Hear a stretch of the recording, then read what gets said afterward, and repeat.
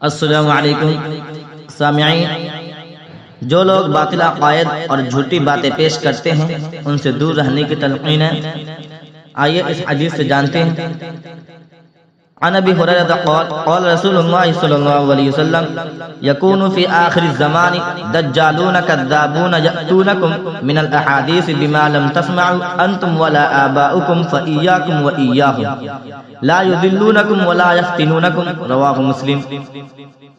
حضرت ابو ہریرہ رضی اللہ عنہ سے روایت ہے کہ رسول اللہ صلی اللہ علیہ وسلم نے فرمایا کہ اس امت کے اخیر زمانے میں فریبکار اور جھوٹے ہوں گے، جو تمہارے پاس ایسی جھوٹی اور خود ساختہ احادیث لائیں گے جن کو تم نے اور تمہارے پہلوں نے نہ سنی ہوگی۔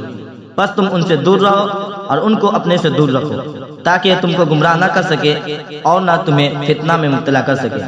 اس کو مسلم نے روایت کیا ہے۔ اس حدیث میں نبی کریم صلی اللہ علیہ وسلم نے یہ خبر دی ہے کہ اخیر دور میں جھوٹے فریبکاروں کی کثرت ہوگی، جو لوگوں کو گمراہ کرنے کے لیے باطل عقائد اور ایسی جھوٹی باتیں پیش کریں گے جن کو کبھی اس سے پہلے نہ سنا گیا ہوگا۔